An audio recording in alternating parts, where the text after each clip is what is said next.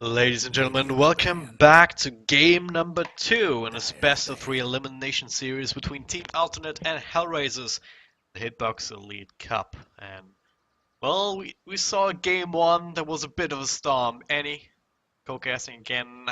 What do you think about that?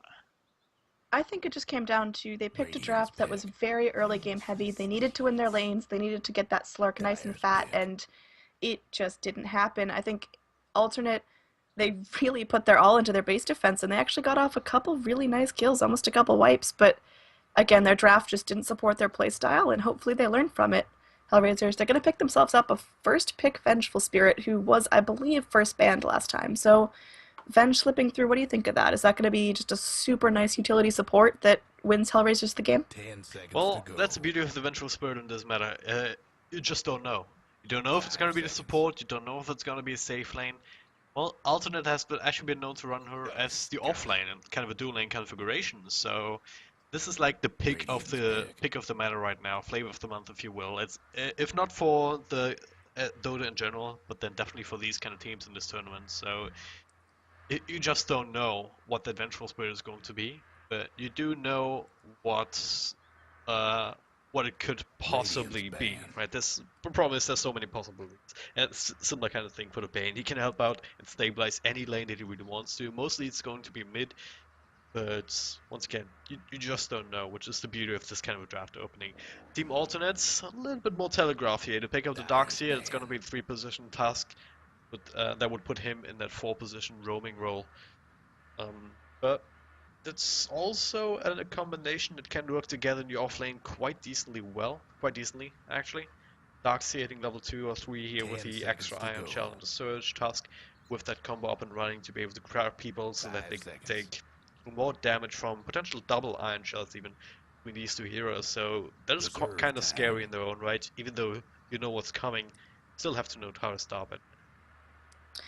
I I like these picks so far. I think they're fantastic, and Hellraisers, they're going for the lockdown strategy. They have the Venge with the target stun. They've got the Bane with, grip ya, grab ya every sort of way, and I'm not quite sure what they want to pick up to complete that kind of draft. Do you think that Hellraisers are going to go like a five-man death ball, just get in, get kills, get the racks as soon as possible? Or are they going to go with more of a calm, collected, farm your Bane, farm your Vengeful Spirit, farm your carry kind of thing? Radiant win. uh, this is CIS Dota. Does So that I answer your don't know if there's any questions? sort of restraint ever exercised in uh, the history of CS Dota, but I it's very rare that they go for these kind of farming style games. I mean, they're 10 not seconds to shying go. away from driving back into that if they need to, if the situation in 5 the game seconds. demands it, to just fall back a little bit. But generally, I I've seen very few CIS teams Reserve that time. consciously pick for that with that thing in mind. And if you Dyer's pick a Bane, ban. if you pick a Vengeful Spirit, I mean, Venge doesn't really have a good farming mechanism, so if you run her as a core, you just need to start getting some kills on her sooner rather than later, or have her on the back of a pushing strat where you have a secondary carry in the middle lane that's able to benefit heavily 10 from seconds to the go. extra damage aura, something like a Shadow Fiend, something like a Tiny, 5 seconds. Emissary even if he wasn't banned out. So I don't believe that Hellraisers want to go Reserve for time. a cool, calm, and collected kind of game. Um, but then again, it's still on the table if they want to run the Venture support, have them roam around a little bit early, try and make something happen and farm something up. But in any case, we'll know what'll be the case once we see these Dyer's next couple of pick. picks.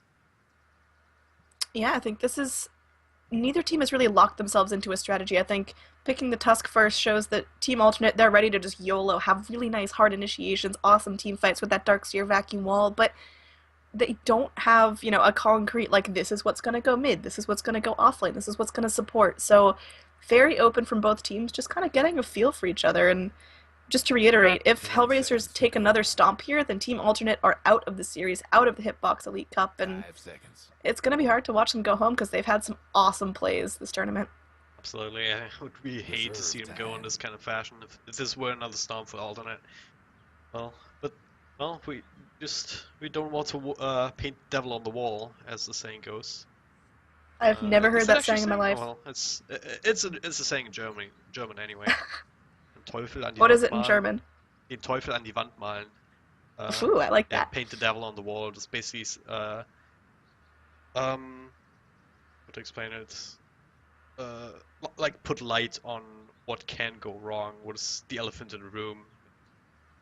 All That right, kind so of stick with the fits right. positives. I'm pretty good at that. Stick with, Yep. both teams.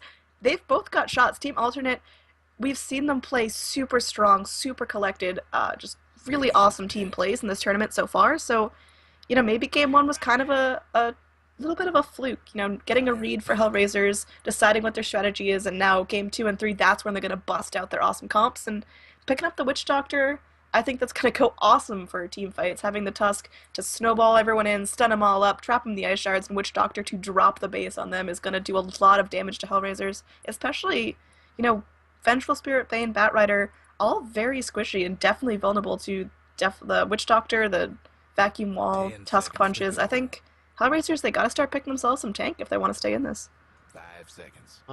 Yeah, there's a lot of aggressive potential left from Alternate, as I said, and well, what kind of tank would Hellraise be looking for is the kind of question. Maybe, do you go for something like a Bristleback just to be super solid, or uh, then again, I just don't know. I don't know Hellraise as much as Team Alternate.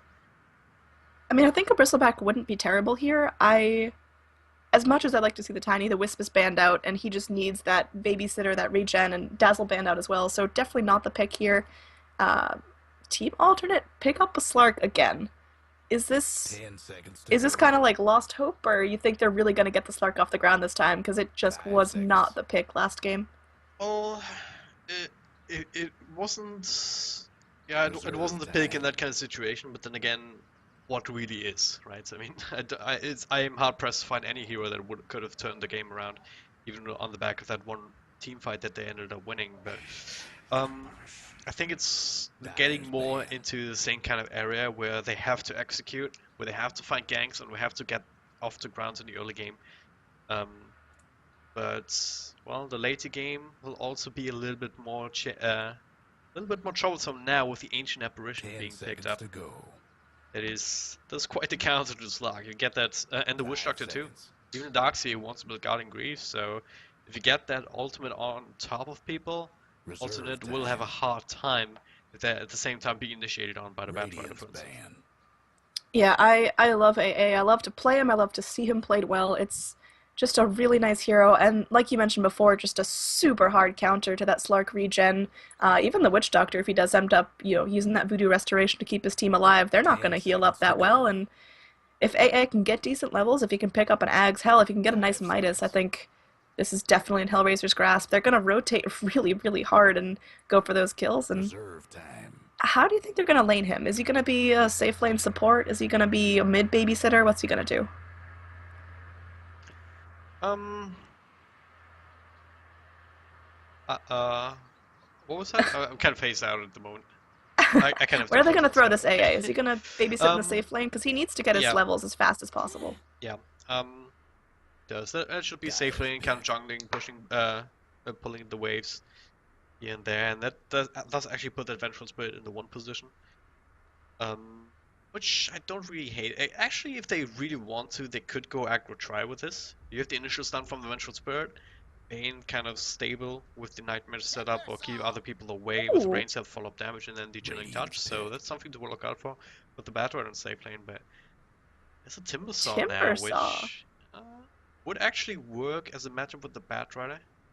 You have the Witch Doctor and the Tusk who have decent aggressive potential, but not so much on the defensive side if compared to Hellraisers, so What I'm seeing on the to watch side of out Team for, but Alternate is just a general strat of like, you can't catch me. They have the Tusk with the Snowball to get away from sticky situations. Darkseer, he's got the Surge. Slark got the Leap. Timbersaw, he's all over the map with all the trees everywhere. And, Witch Doctor, I don't know, he can just kind of waddle away at his own leisure. But Hellraisers, they've got the reliable stun on the Vengeful Spirit, and they've got Batrider to kind of lasso and hold someone in place. But other than that, I mean, the Bane, he's got nice lockdowns, but not really any hard stuns. I like Team Alternate's strategy. I like the fact that they're going to be slippery. They're going to be hard to catch. Ancient Apparition ult might be hard to hit unless everyone's in Tusk Snowball. And there's the Viper for some nice damage spray. What do you think of that? well, considering that this looks like a Timbersaw mid, which has been done by pretty much S4 and no one else that I know of. Um, I actually like this pick. I mean, it's pretty much going to win you the lane up against most heroes, especially melee heroes. Timbersaw is that. It doesn't have a lot of trees to play with unless he packs like a bunch of iron branches to get that extra damage out on the Viper. So that Timber, I'm not sure if that's a pick to be honest. If once again it just fits into the theme.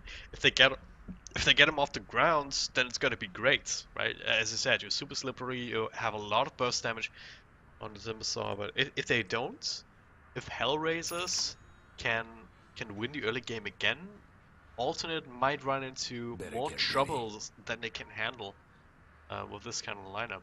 Especially considering that you have the initiation from the Batrider.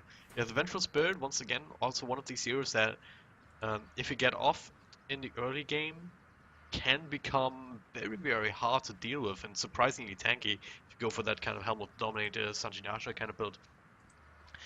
Yeah, absolutely. Well, Yeah. on to introductions. This time on the side of the Radiant, we've got HellRaisers. In this mid Viper, we've got Meow. On the Bane, we've got Undershock. Up near the top rune, we've got Shotshlow. Here in the mid, on the support Ancient Apparition, we've got Goddamn. And finally, down in the bot lane, we've got YOLO Warrior on the Vengeful Spirit. On the die side, playing for Team Alternate, we've got Nisha reprising his role on the Darkseer. In the mid lane, we'll have Supreme playing Timbersaw. And I do want to add that this seems like a Supreme hero, one of these playmaking kind of things. So look for him to make big plays. If Alternate ends up winning this game, that's probably him playing a huge part on that. We've got the Captain Alisash playing the Tusk. And that leaves Robert G9 playing the Witch Doctor, and standing in one position, we've got Faye playing the Slug. With a proper name, it's nice to say this time around. Yeah, well, it wouldn't be CIS Dota without the ceremonial pause at the beginning, so we are gonna watch the rune contest. I think Dire secured top, but Radiant is going completely uncontested bottom, which is gonna be fantastic, getting me out that nice early farm. And up Shasha has top, to be let's see careful if though. Yeah, they can level up the ice shots if they want to lock him down, but well, there's still the Firefly available, but you might have to skill now. There it is. Cast comes out, they will get a little bit of extra harassment, and that's about it. Forcing him to skill Firefly early can be useful too. I mean, you don't have to stick in Napalm to worry about just yet. Bane Anyway. with a very interesting build, starting with those boots. So definitely going for that, run towards you, pop that, either Nightmare or Brain Zap, and just go in, be super aggressive. And I don't know, what do you think of that? Do you think that that's an appropriate build for a Bane in this game, especially up against a Darkseer in lane? Yeah, why not? I mean, especially up against the Up Darkseer top, now. Shotshlow taking some damage. It's going to get harassed by these ice shards. A couple more hits should do it. Plus is chasing. Looks like Fairy Fire is consumed, but First Blood will go to the Witch Doctor, and plus should get out just fine. Oh, it was kind of a race for First Blood. Undershock, he was making his way behind the Darkseer with the Nightmare even instead of the Brain Zap first. So they do claim that counter kill, but just a little bit too slow to actually secure the First Blood as Shotshlow gives that over. He's that poor guy. Witch Doctor, just one of the better supports at just zoning out enemy offlaners like this. That Batrider hasn't had a single point of experience just yet, so he'll probably just have to decide, alright, hey, let's just stack up the scamp here and farm that later. Maybe Yeah, I mean, it's gonna be a tricky lane for that guy, but in the mid lane, Meow getting some nice harass on Supreme, who has leveled the reactive armor, so maybe a little bit of counter harass coming out as, Meow, he's just spitting the venom, and that's all that Viper needs to do to keep this lane safe. I don't know if Supreme has a lot of kill potential, especially if Viper levels up that corrosive skin, but there's gonna be some nice ice shards connecting onto Meow, but bopping him right outside the radius. A little bit unfortunate there. Maybe on top, Shotshlow trying to steal some of these creeps with the side pull. Needs to be a little bit annoying, and he got his level 2 now, so a little bit easier with the sticky napalm, making things a little bit awkward here, especially since Witch Doctor didn't actually buy that wand yet. Gonna be a lot of harassment. There's a Nightmare here onto Alisar. Just the help coming. Looks like Gotham and Unshock will have to do it themselves with this Chilling Touch. They have quite a bit of damage to work with. Bolt Feet comes out as well to do a little bit of damage over time too, and that'll be another kill going the way of HellRaisers. Yeah, I mean, HellRaisers starting off strong, but certainly not the lead we saw them in last time. And I think, ATN definitely have the potential to lane this really, really well, get some farm on their cores, and do some really nice stuff. It looks like the top two on the last hit chart are going to be on the side of HR, which is pretty good. Getting Vengeful Spirit, like you said, that position 1 core, and getting Viper that nice farm is super crucial. But It's super early, and I think alternate they have some pocket plays ready to go. They've got that Tusk Snowball, they've got Slark getting up what he needs to get up, and if that Timbersaw can get relevant, this is going to be a super tough game from HR to run. Yep. Got it. Question, when does Supreme get to that point where he can start making things happen? Maybe now with the help of the Tusk, but they do miss the eye shot once again. Viper also is not the easiest here to go on, but he only has the 1 point into the Corrosive Skin, as he obviously prioritized the poison attack up against the melee hero that can't really harass him back all that easily. But at some point, I don't feel that the middle lane is the lane to gank. Then again, who else do you gank? I mean, eye shots is not going to help you up against Batrider all that much. I think what we have to do is just completely shut down Shot Slow because he's such a big part of their lockdown late game. And I think if you can prevent that Batrider from getting Blink Force, whatever he needs, as long as possible, then that's going to be a much easier game for ATN. Well, at least Robert G9 is able to accomplish that just fine on his own. So that is going the way. They're getting the farm on the Slarky, keeping up with both Venge as well as the Viper on the side of HellRaisers. So there's not so much the issue here. The issue that I see is that Nisha, actually he's also doing the same kind of thing that Shasha has been trying to do. Stacking up that camp by clearing through his trees. Makes it pretty much possible. It's very hard to stack it otherwise. Now he's just farming up with 2 points up in the Iron Shell. Not too far away from the lane. Go back if needed. Supreme. Double TP come actually out. They say ice shots. This time they do connect on a Viper for up Snowball. Can he do something with this? Supreme falling off in the meantime, but now Alisasha out of mana and not taking so much down from the poison. That's him going down to the Viper. And now Supreme dropping low himself. Does have a Timber Chain. Will have to use it. Does connect. So he will end up surviving with the skin of his teeth, but this is not exactly how they envisioned this gank to go. Yeah, I mean, do you think it comes down to HR just being able to execute drafts better, or is this just... I mean, it's still really early game, and I'm not going to call any victors just yet, but it seems like HR, they've just got more of a hold on their lanes. They kind of know where their rotations are coming in. They know who to initiate on. It just seems like they're a little bit more put together in this series. I mean, thinking about it, it does seem a little bit like an outdraft, especially with that Viper last pick. And you do have this tri lane on the bottom lane, which is very hard to actually go into, because there's so much kill potential on you to turn around. Also, the Nightmare just creating a lot of troubles. Middle lane, very hard to go on the Viper, as we just saw, and now on the Sash. Thankfully, there's a cliff between him and the Viper, else he may have died again. But then you have the top lane, alright, which is kind of being sacked. Then again, with the new changes, Shacho is just doing what Anisha has been doing as well on his own side of the map. Just stack up the camp, farm it up, and now he's still level 4, 5.5 minutes in. As far as offlaners go, that's a decent quota, considering the start that he had. He's right on top there with Nisha, so even that is still going HellRaisers' way. So I think it's good on them that they drafted a lineup that is very hard to actually disturb in the laning phase, which is what Alternate attempted to do with the Tusk pick. Speaking of Tusk, he is solo smoked up. He's had that smoke in his inventory since, I believe, the start of the game. It's going to pop right now and just kind of putting the Dire in very aggressively on this top tower, making sure Faye stays at the top of the net worth chart. So crucial for the Slark, although Slark needs kills. I think there's very few people that disagree with that. In order to keep himself up monstrous into this mid game, he needs to just snowball up and... Oh, sticking a snowball, middle lane, Meow's gonna get hit by that. It's a fair fire prematurely. Now there's a little bit of burst damage from Supreme. He's still alive though, doing some slows. And now it's enough time for Shasha to come in. That's Supreme there. They do have the Nightmare to stop the TP, so it's not gonna help him too much. Can't really bottle up inside the flames, so just have to burn. Burn he does. 2-for-1 trade. They do get the Viper though. Is that worth it? I think it is. I think the Tusk is pretty expendable at this point. It really doesn't matter if he goes down. Both mids go down, but Timbersaw, as long as he's able to get back that farm, he'll be okay. Viper, you never want to see a Viper go down. That's just pretty unfortunate. He is actually having some difficulty getting some good farm here as Slark and Vengeful Spirit are out-leveling him, out-farming him somewhat significantly. That is true. And yeah, speaking of the Vengeful Spirit, I mean, it's a hero that I mentioned it, or I kind of touched on it before. Venge is vulnerable in the first couple of levels in that kind of core position, but right now it's not really the case. YW, he's been pretty much giving a free lane with 2 supports, spending a lot of time making sure that Nisha can't really get too close. So he's got the Aquila, he's got the treads, so quite tanky now. as far as Vengeful Spirits go, and be too surprised, okay, to see him get a kill perhaps here with the Nightmare setup, follow-up stun, minus armor, easy kill. Easy kill for the Vengeful Spirit. What's she gonna build? What's her first big item gonna be? Um, I would say the standard build would be Helm of the Dominator.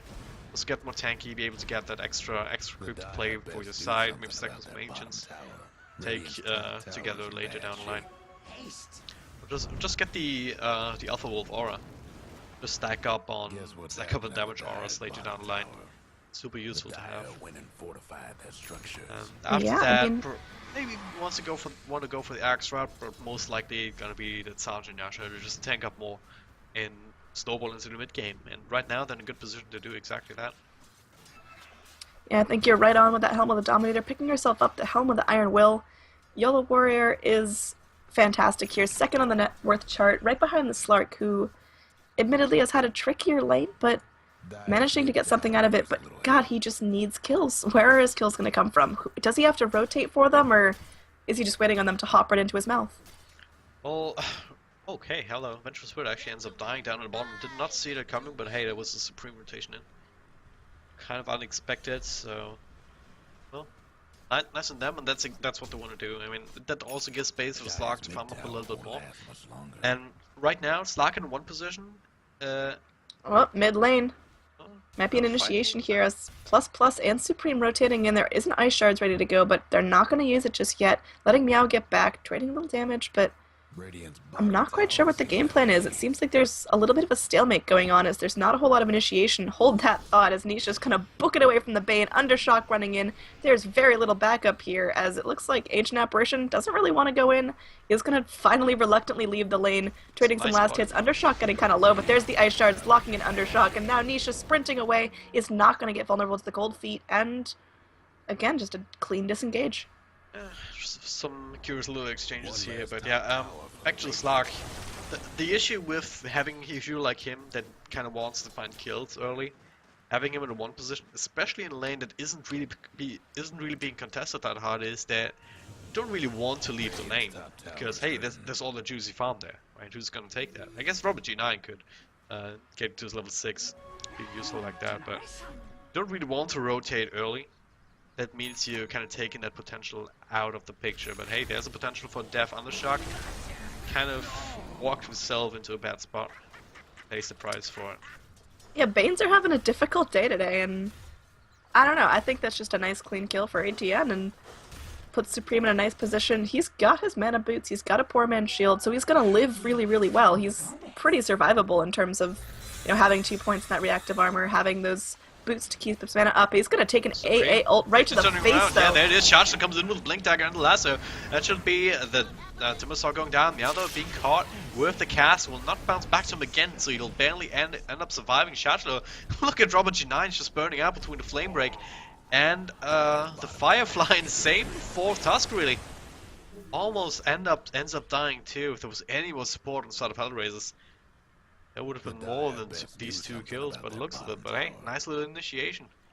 Yeah, I mean, Caster's Curse, talk about the survivability on the Timbersaw, and he goes down 10 seconds later, but no complaints there. I think HR trying to secure the victory here. Nisha's going to walk into Undershock. It looks like Undershock is going to try to bait Nisha into that AA ult, but it will be slightly off the mark. And now all of ATN, they're in the mid lane. They're ready to initiate. Who do they go on here? Well, looks like they want to go on Undershock. Oh, goddamn. They will get rid of the creep and go to safety of their own high ground. But yeah, that AA ultimate works against Witch Doctor, it works against Darkseers building into that mechanism, it works against Slark, and it also works against Timbersaw. You don't have that reactive armor to get the health regen now. There's a blink, there's a stun, not a blink, a kind of a swap, but straighting out harassment, there's always no follow-up here in the bottom lane, but you don't regen anymore, obviously, with the reactive armor, so that's a big part of Timbersaw's actual survivability. So taking that out of the picture, add the control from the Timbersaw to that, from the Batrider. Oh my god, I'm just not on top of it today. But add that on top of that, and that's an easy pick-off right there. Well, Slark picks himself up a Shadow Blade. Will not raise anyone. There's a snowball onto YOLO Warrior all alone here. Guys have got them, but just have no mana, so might as well not be there. So actually, don't quite get the damage on target. Yellow Warrior still able to survive for the time being. Tusk now with the Iron Shell running him down there. Should be him going down for Supreme. Oh, this is the Timber Chain across the trees. So you'll be right click down in turn, and now there's the blink. There's the last available if they need it, but it looks like they're just looking to run Nisha down. Surge coming off cooldown.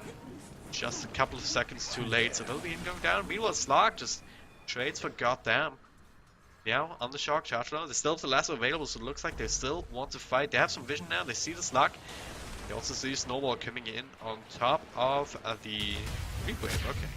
Punch up into the air, but now Tusk. Yeah, that's a lost cause for the Tusk. That was kind of a hear me roar kind of play. He knew he was going down, and I mean that's really all there is to it. It looks like Shotslow trying to catch up with what's his face in the trees here as Faye goes deep. This Slark wants to get out, leaping even deeper into the tree line. He has a TP in like 20 seconds. Is he going to try to Quelling Blade his way out of this? But I mean, I'm going to give this favor to HR. I think Faye, he has a Shadow Blade. He's doing really well. Top of the net worth chart, actually, but I don't know how much a Slark can accomplish when there's such aggression coming out from HR, especially that hard counter with the AA, preventing all sorts of regen, which is a huge strategy of Slark and the Timber Saw. So, again, I think HR might have just outdrafted them, depending on how fat they can get their Venge and the Bat Rider and even the Viper. Blink, Lasso, that should be an easy kill.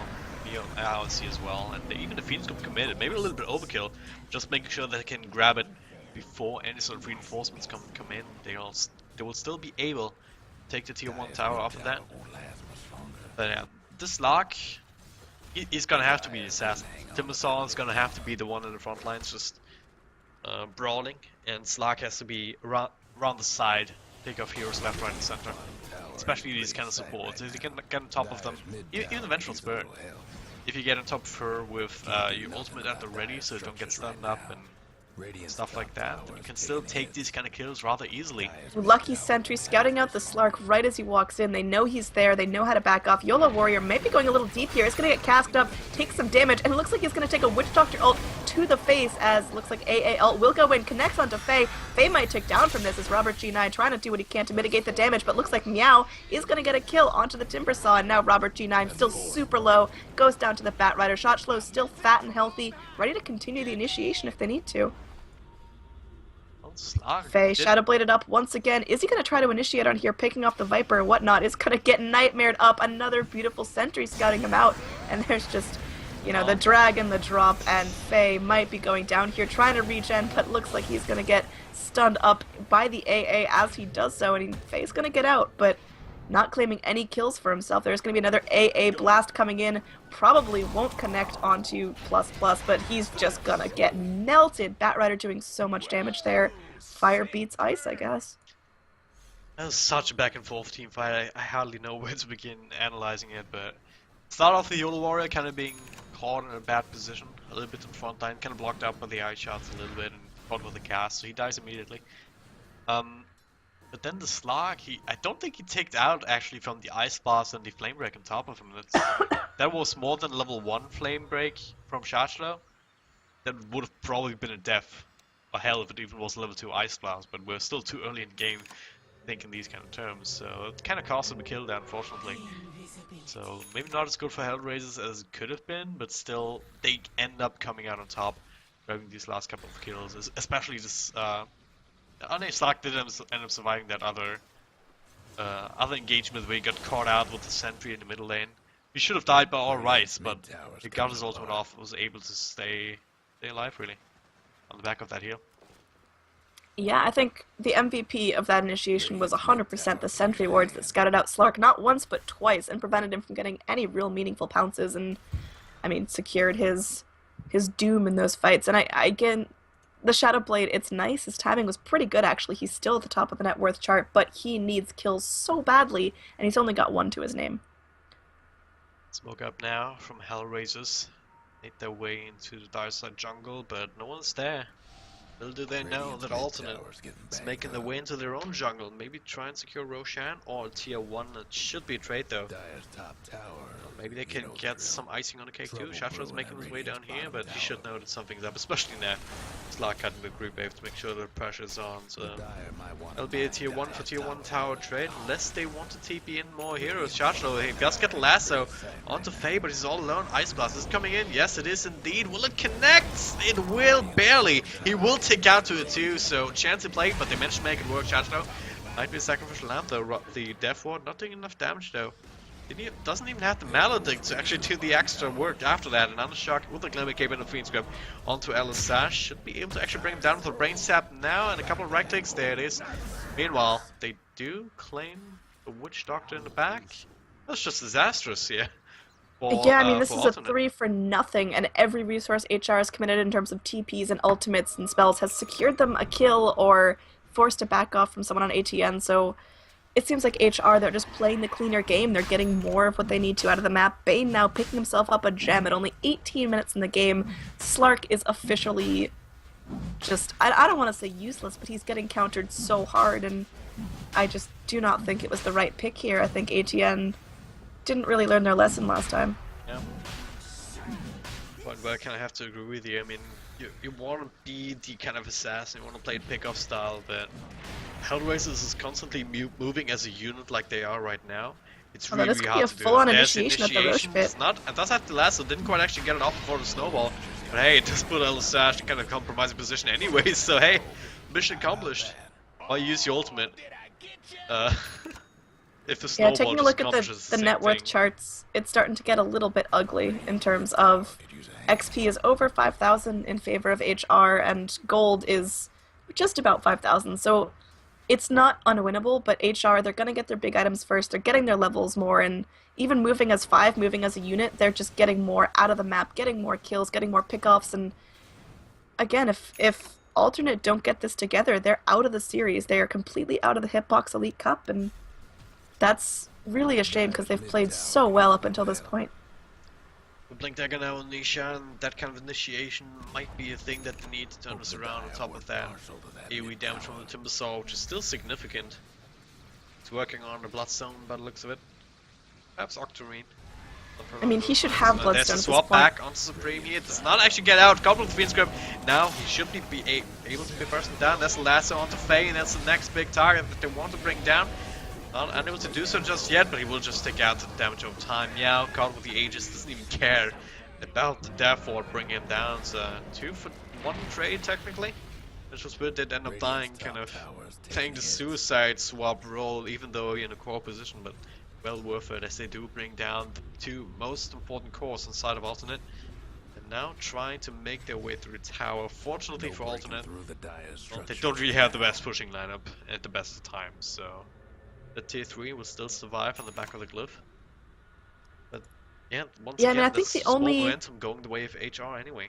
The only window that I'm seeing is if HR get too cocky. Like they said, there were 3 heroes up on the side of ATN, and HR was still trying to push base. If there had been a clean initiation from Alternate, then maybe they could have gotten a couple of pickoffs. And I don't know, HR seems like they might feel a little too secure in this game right now, and there's definitely potential for ATN to wipe them. Yeah, they do need the Timbersaw though, and they do need the Slark. Either one of those, ideally both. I mean, the other 3 heroes are great, but there's very limited damage, actual damage coming out of them. Oxy Vacuum Wall, yay. Iron Shell's starting to fall off at this point. Death Ward, well, it can do quite a bit. But at level 1 right now, we're getting to a point where HellRaisers is starting to stack up on armor. That even that doesn't hurt as much as it should anymore, at least not on as many heroes as it should. And the Tusk as well, he provides a little bit of magical damage. Just not enough to win a team fight outright, so they need their cores, and if they are down, then HellRaisers should feel comfortable enough to do anything that they really want to. So that's why we see them actually focus up on the Timbersaw, on the Slark, as early as they can, and with so much commitment too. Yeah, because right they now know it just that feels if like these heroes are allowed to roam around freely in the fights, then that's their kind of playstyle, right? That's their turf, that's what they want to do, and they just can't allow that.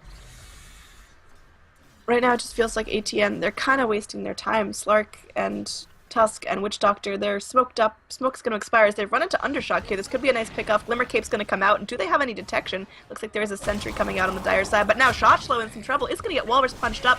Can he fly over the cliff in time? Yules is going to come out. He's trying to get away. And now it looks like there's going to be a quick stun from YOLO Warriors. Now Meow's in the fight. There's going to be some damage being done as Dire Hero's duck into the Roche Pit to hide, and now it looks like Robert G9 is going to go down. Undershock on a killing spree.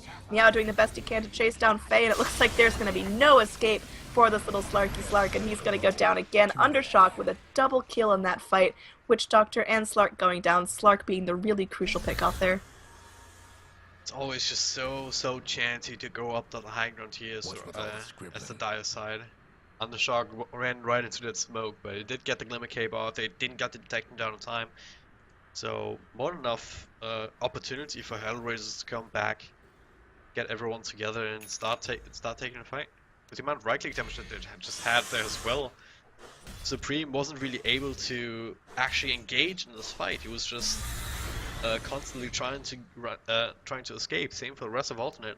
From the moment on that gank on the Bane failed. Just had to be on the run, and well, of course, HellRaisers, pretty good chasing line at best. Shotchlow finds another. Strawberry G9 caught with a. Oh, that is just so evil. Brings him up to the high ground where he dies. Godlike Shotchlow, that's what we were talking about. Making sure the Batrider doesn't get too huge, and this guy is monsters, holding a gem without a care in the world, just flying up into enemy territory, not really giving two hoots about where the Dire is, and. Is this game completely a runaway for HR, or does I don't know if ATN even has high ground control. As long as they hold, yeah, that's kind of the question. They don't have a lot of it, all things considered. They can try and spam out the waves with the eye shots, with the chakram, but...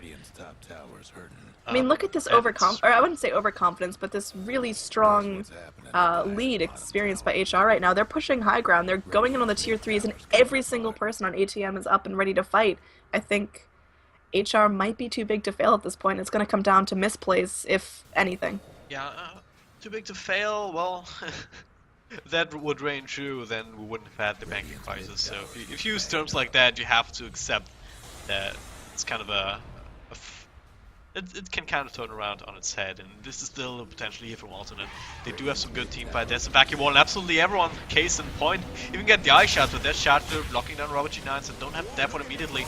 Tries to get it off now, but immediately cancelled by the flame break. Now it's 1-for-1 trade so far. Lift up in the air, Shotchlow. Trying to stay alive, but there's Supreme coming in, trades his own life for an ancient apparition, and those are not the kind of trades that they need. He does have buyback if necessary. Not sure if Faye can actually hold the line. That being said though, without the Vengeful Spirit, they're lacking a huge damage component. Without the Eyes plus 2, so it looks like HellRaisers will just fall back. So yeah, if they can take these kind of trades, they can hold on to the high ground for a long time. The next 20-25 minutes without losing too much. Should be able to turn this game around actually, because you have a Vengeful Spirit core who is pretty much always going to be squishy. At least squishier than other cores in that kind of position. This Viper will be falling off. Shotchlow, well, at some point, they have strong lockdowns with the Batrider Lasso as well as the Bane Queen's Grip. But at some point, damage is just going to be lacking for HellRaisers if that Vengeful Spirit is taken out of the picture.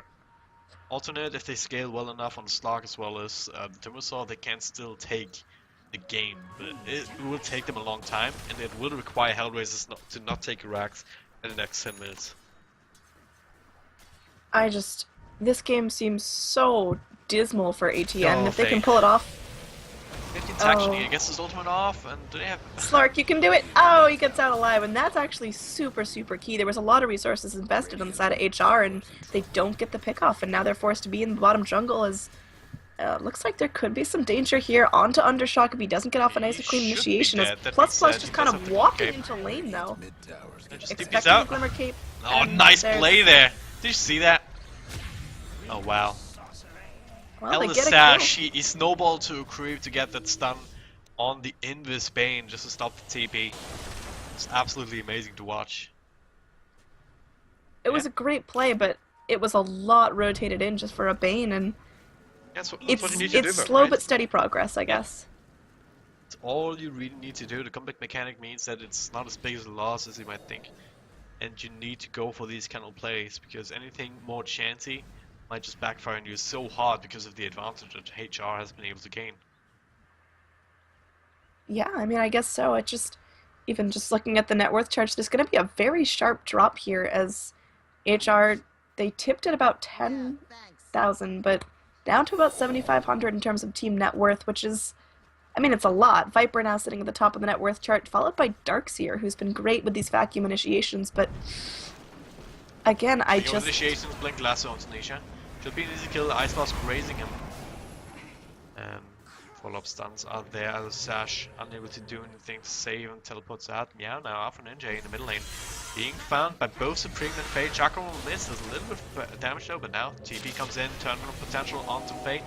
Does have the invis, does have the ultimate to keep himself alive for the time being. Gets a jump off on the high ground. There's a follow-up Blink from Shacho. Swap back into the Fiend's Grip.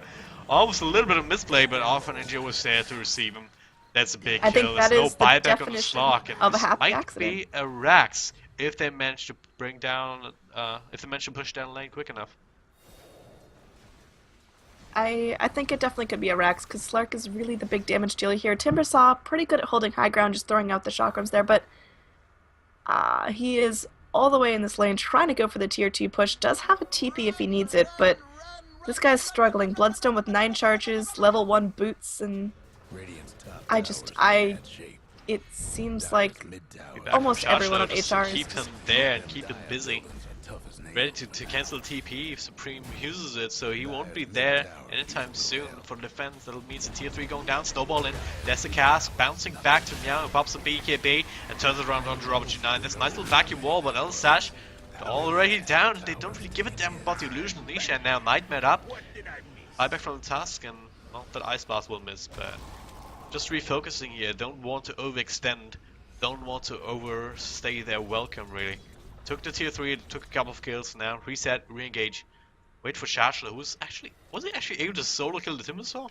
He was able to solo kill the Timbersaw pretty easily actually. Got him into the lasso and a couple of big old sticky napalms, took care of him pretty quickly. There's some Bloodstone charges down the drain as well. Yeah, absolutely, and Shot Slow just so big on that Batrider now. He's sitting at 3,300 gold, has almost a full Batrider build. What does he go next? Ether Lens, just for the fun of it? Yeah. I actually think it's a decent item. It just enables you to get lasso from that much more range. That has been nerfed a while ago, so just having that available, that extra room for error, I guess. Faye is going to get caught out here. Huge play if he does connect. It looks like the race with the that's ultimate, and that's thing going down. Therefore, not really doing as much as they need to. They do get the Vengeful Spirit, and yeah, actually dropping quite low. Does have the melting top of them, might take out from that, but that's Vinci on Supreme. Locking him down for so long, still gets the tether back into the Timber Chain back into the base. He will end up surviving, and yeah, Viper, that extra bit of burst damage does take out to the Melodic. Robert G9, there's this grasp onto Goddamn, is still staying around. Same for Undershock here, trying to make something happen. Shadowflow trying to be the carry here, and they will be able to bring down Robert G9 at the end of it all. Supreme though, still going strong, looking for revenge. Might not get them though with the 4 staffs, as well as the help from Undershock. The Bane will end up falling. That's exactly the kind of big plays that they need to try and turn this game around, hold high ground, hold the racks. So far, they're right on track. Range track's almost down, but not quite. This is just such a tough game, as there's going to be a lot of deaths on both sides. But ATN, like you said, they had a pretty successful hold. No racks going down just yet. And did Slark stay alive for that entire fight? I think so. No, because that's key. Yeah, Shotflow might be overstaying his welcome here. Easily gets picked off by the Timbersaw. Shotflow I thought was going to head back to base as he got out with like 4% HP or something, but I guess he didn't learn his lesson. Again, a little bit of that overconfidence from HR like I was talking about earlier. Yeah. One big flaw in their lineup is that they're lacking push. None of these heroes push towers or buildings very well. That's why we see them having to spend so much time on the high ground. That's so much more time for Alternate to find the best initiation angles and find the best way to actually start getting into these fights. Batrider, he did end up losing a gem in that last initiation, just picks up another one like it's no problem. Well, his father's a jeweler. Also jewelry Oh, shop. Faye is going to take an AA blast right to the face, maybe forcing him to get out of this lane here as Bane's coming in. Does have some nice lockdown if he catches him, but Faye's got that Silver Edge ready to go if he needs to get out, and the AA tick will wear off very shortly, so he's got that Shadow Dance if he needs that regen. Cool thing though, Goddamn, with all the momentum that they've been able to gain early, he also built himself a Midas just to ensure that he does get that Aghanim Scepter. He has it now. Axe level 2 Ice Boss. Pretty strong at this stage if you manage to follow it up. There's a swap back onto Supreme, turns around, gets a blink off into the priest, but it will be shown by Goddamn. They get the stun off, then there's so much extra damage with the minus armor on top of the Ice Vortex. Take more physical damage, take more magical damage, and that's an easy kill on Timber. They deward everything. Also look to claim this Roche, right clicking him down. A little bit of minus armor from the Wave of Terror if they want it. Yeah, I think this Roche is going to go uncontested. ATN know well what's going on, but they do not want to step in the way of HR because they are ready to go. They've got all their ultimates up aside from the Venge swap, which is going to be up momentarily, and free Roche going the way of HR, and that's going to make it even harder for ATN to defend their high ground. And Nightmare. I mean, what's the play here? On top of Tusk, Fiend's Grip as well as the Ice Blast. That should be in going down. Faye trying to trade up. This is swap on YW. That's the help from the Glimmer Cape, but now Faye decides, alright, just get the hell out of here. 2 ultimates committed for the Tusk, but well worth it. No one ends up dying, and that's exactly what happened. Just another clean pickoff for HR, and the kill score, it's getting a little more even. It's not, you know, the dramatic stomp we saw last game, but as the game goes on, there's just more and more net worth and net experience going in favor of HR, making it harder and harder for ATN to stick on the high ground, get the pickoffs, and stop this marauding horde that is HR. Hard is the right word, and I can't help but feel like if HellRaisers win another team fight up on the high ground right now, should be able to take at least one set of racks with their limited pushing potential, but perhaps even 2. But now Shotlow is out, but no, well, they actually have no way to stop it. So we're able to make it into the middle lane, maybe with not as much help as he expected. Still that there Batrider to has provide made the lockdown. so much Nisha space. being swapped in, follow-up stun from YW. That's actually going down before he can get his combo. Bites back immediately to try and make that happen. There's a kick from a Tusk. What was that? No, I don't know what that was. Vacuum back into the Ice Wall. Meow kind of got in a compromising position with the Ice Shots there too. Might end up falling, but it does have the Aegis if they want to use that to turn around. Meanwhile, on the shock, kind of being tracked down by Faye, at least taking his attention. There's the Ice Balls coming in. That might be used if that lands a couple of heroes, but only onto Tusk, who should probably take out from that. That being an Axe 1, but now BKB making sure that Robert G9 will end up falling. Nothing else can happen. And well, is the Tusk, is he going to take out? He should. Alright, lasts forever. There it is. And it'll be lately casualty 4. Faye coming back in, gets hit with a Viper ult. And of course cannot be purged off. And now Meow looking for it. Supreme doesn't have too many trees to play with. Now it's just being right-clicked down. Shotlow looking for the control onto Nisha. Bob back for this, remember. Now so that'll make it a dieback. 90 seconds off the board. And now Faye might be in a little bit of trouble. They still see him. They try to guess where he is. They do graze him with the ultimate. Now, with the right clicks, will have to be there. He cannot heal, but he can still TP. Right now, they can't put down the damage. They have him take out from this, so... Well, does that constitute a one team fight for HellRaisers? I kind of want to say yes. That's a dieback on Darkseer. But I think the dieback on Darkseer, and they were playing with their food. They were forcing ATN to do anything they wanted. They were forcing rotations, forcing ultimates, and completely in charge of the map at that point. And they lost very little in comparison. Now, AA, he's got his own gem as well as the one on Batrider, so both gems back in possession of HR, and ATN, they just got another tough fight ahead of them, and it looks like they might be losing this bottom tower as Shotshow's going to go in for the deny, does get it, and now it's back up on the mid lane. They want these racks. These racks have been up for way too long. Meow just going in, ticking down the damage, does easily pick up the range, and now onto the melee, and should be an easy fight. I don't even know if ATN want to try to hold this. I think they just have to sack this. Now, once the Darkseer is back up, he does have the back wall.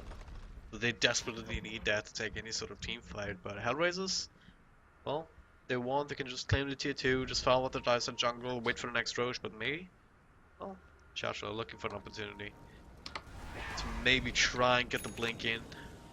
Unable to do so though.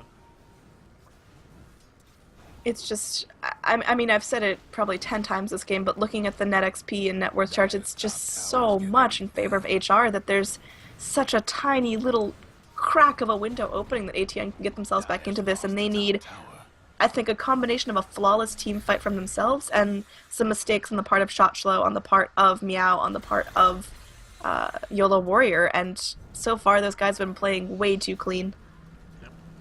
Charge knock up with the Glimmer Cake, goes into the base, has the pick of the litter here, will pick the Tusk, and that should be him going down easily. That's a nice back and wall to the high ground even. Supreme right there, but it does not find the connection with the Timber Chain.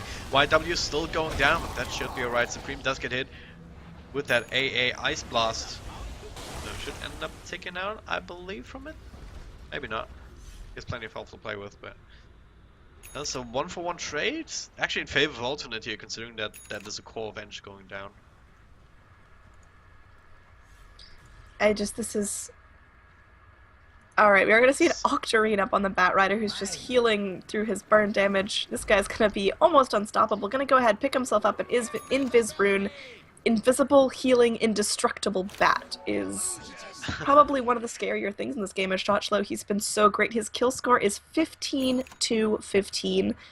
Such a high game impact, sitting second on the net worth chart, barely behind the Viper on his own team. So it's getting really, really yucky, as I think the nicest way to put it.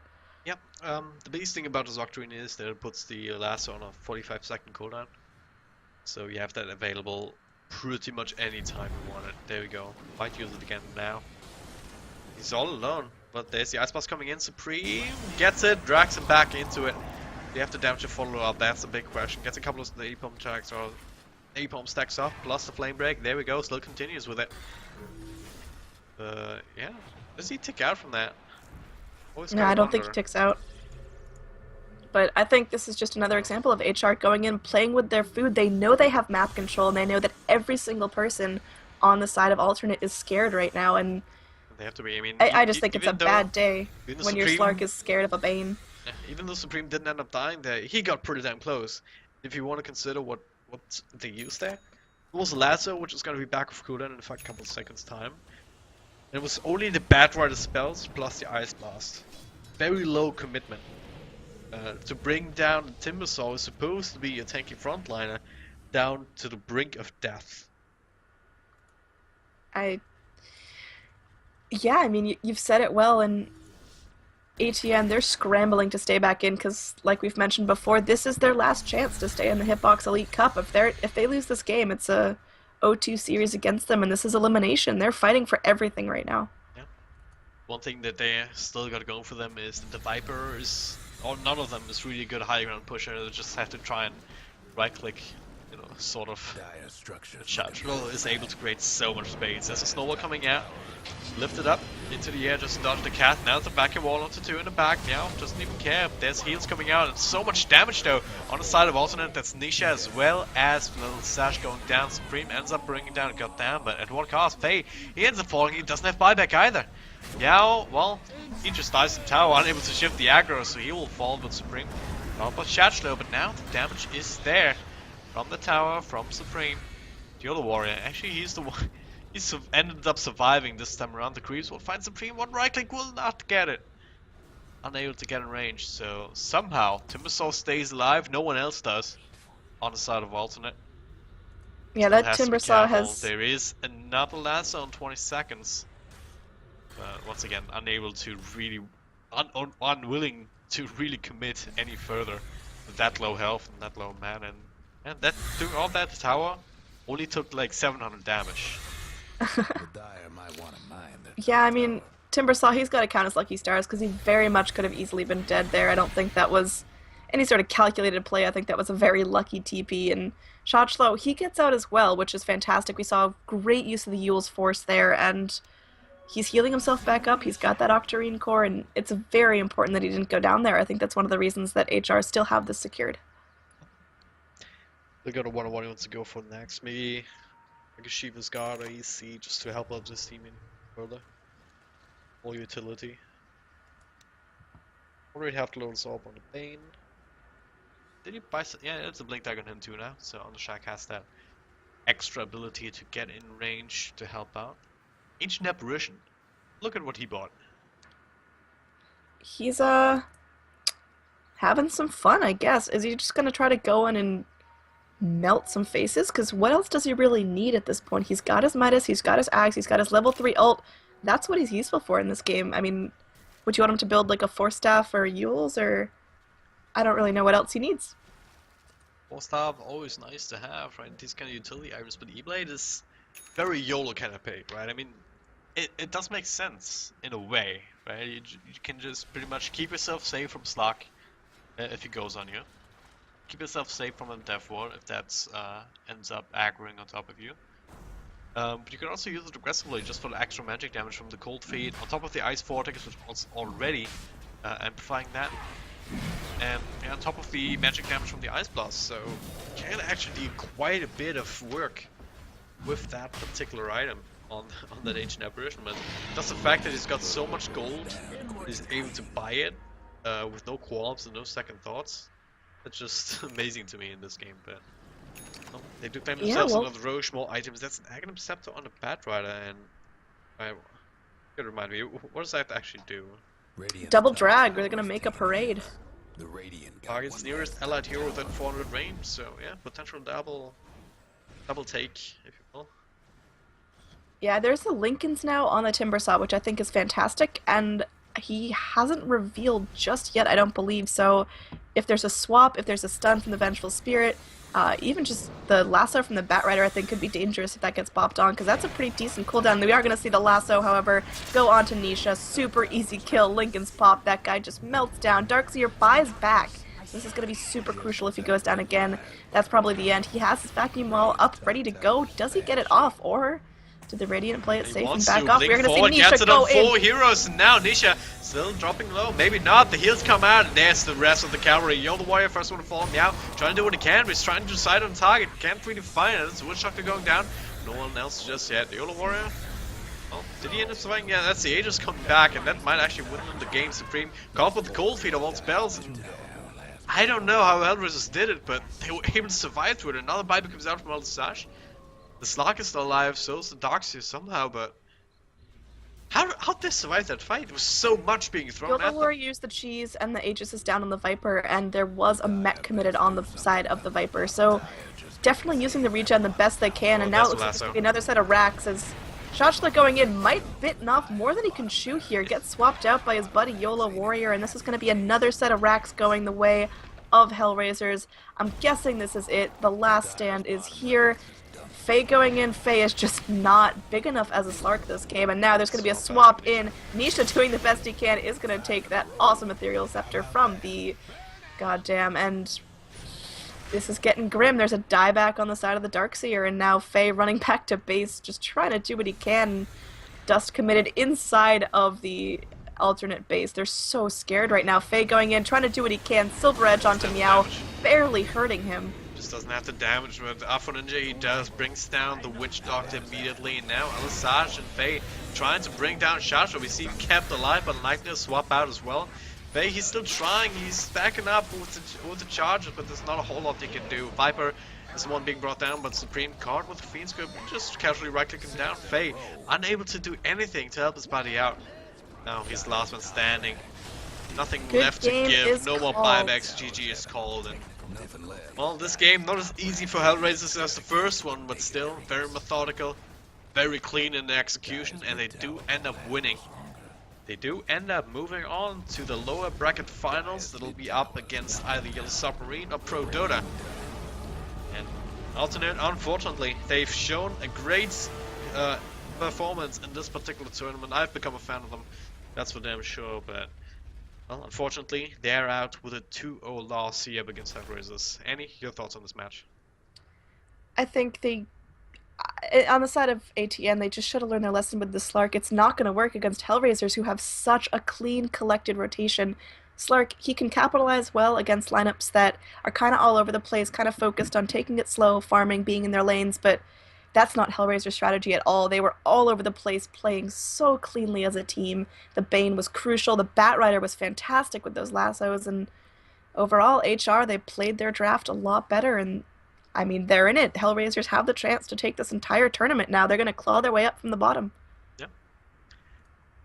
Well, definitely looking forward to that. And with that, we actually only have 3 matches remaining, which makes me kind of sad. But the next one is scheduled for the 30th of December, so in 2 days' time. I believe you'll be co-casting with Ted on that one.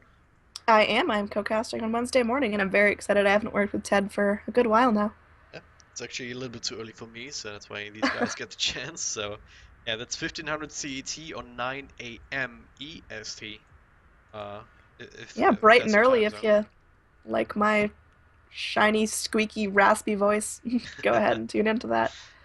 Definitely do that, but we might. We're probably not gonna get a witness interview here. HellRaisers, I've asked them the other day, and no one really wanted to, as none of them really speaks English all that well. So we'll probably just skip that for today.